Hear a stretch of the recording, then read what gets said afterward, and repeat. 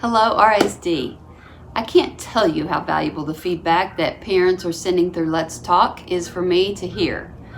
On more than one message, the sentiment was shared, "I hope you're listening," or "I hope you're hearing me." And my response to that is yes, really. I hear you and I'm listening and I care what you think. First, from your questions, comments, and concerns this week, I want to address school in the fall. Last week I used the word uncertain, and that was an intentional word because it's too early to make any types of certain or final decisions for the fall. I also said in my video last week that there might have to be a combination of at school and at home learning.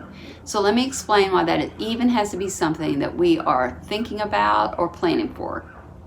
We're currently being led to believe that there is a degree of possibility that we will have to use social distancing at school in the fall or until we have a vaccine. There's not enough physical capacity in our buildings to social distance 39,600 students. Therefore, we would have to get creative. We're going to have lots of plans in place and then wait until we know which one that we have to employ. But please hear and believe that no one wants to get back to having 39,600 kids in our buildings full-time more than me, our principals, or our teachers. I know this is hard, and many of the sentiments coming in are that parents are done with at-home learning, and I get it. I also understand and know that this is not ideal for kids and that our kids need social interaction. I realize that parents have to get back to work, and you need to know what we're doing in the fall. And all of that is heavy in my mind to solve, and we will solve it. We've been building this airplane together as we've been flying it, but we need you to stay on board with us a little longer while we make flight plans for the future.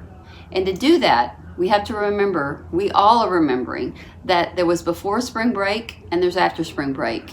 Because before spring break, we could gather in classrooms, locker rooms, gyms, and cafeterias. We weren't concerned as much about hand washing, and social distancing wasn't even something that we even knew a term existed.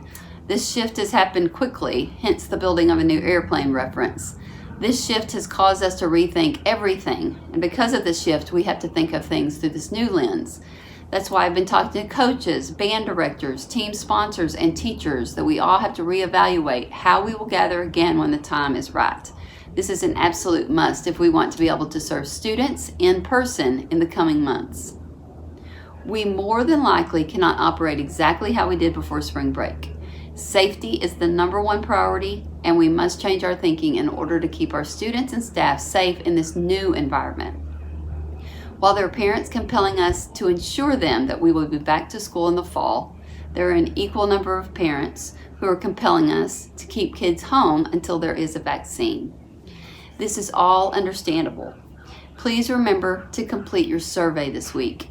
This isn't intended to use to make any definite plans yet. Remember, it's still too early, but it's intended to gauge your thinking now.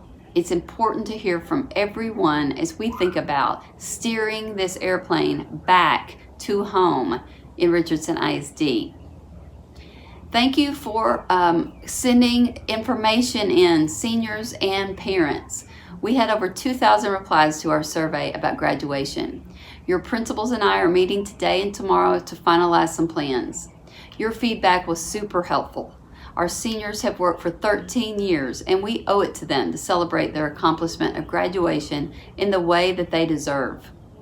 Look for more information coming from your principal within the next few days. We promise we won't make you go into the weekend wondering what we are thinking or planning. One of the biggest concerns that we've had since this all began is in regards to equity and access. Wi-Fi access is a real issue for many families. So if you know of any of your children's friends whose families do not have Wi-Fi, or you hear of someone who loses their Wi-Fi in the future, please let us know. You can notify a teacher or your principal or share with me on Let's Talk. This is one way how it works, and this is a true story. Mary Kelliger, as a principal at Northlake Elementary, was notified last week that one of her families did not have Wi-Fi. Ms. Kelliger went to a central location that we have set up and retrieved a hotspot. She then drove to the family's home to meet with the family, who has 4 kids, 2 of them at her school. Ms. Kelliger took in the hotspot and set it up for the family. She actually needed to use another student at her school whom she had on the phone to help translate to the parents as she set up the hotspot. But here's the best part. When the hotspot was turned on and the iPad came up and one of the students saw his math app that we use in Richardson ISD called Prodigy, he yelled out, "My Prodigy!" and hugged his iPad, dancing around like it was a new gift. Mary said that when the kids were then able to Zoom with their teachers, everyone, including her and the parents, were crying like big babies. That's what we miss. That's what we all need. Let's work together to get back to seeing that happen every day in person, because that magic with kids is what educators got into this profession. Finally, it's Teacher Appreciation Week, y'all. Thank you to our teachers. Teachers, I have a little surprise coming out for you this week that I've been working on at home, mostly at night, over the past 6 weeks. I hope you like it. Look for it coming out tomorrow. It's a little book I wrote and illustrated because, I was once a wannabe art teacher, and it's called There Once Was a Teacher. And it opens with the line, "There once was a teacher who had to stay home. She didn't like that she had to stay home, but she wasn't alone." You have to wait for the rest tomorrow. It's dedicated to you. In the meantime, thank you all who are watching these videos, and I hope that they are helping to keep you informed and stay connected.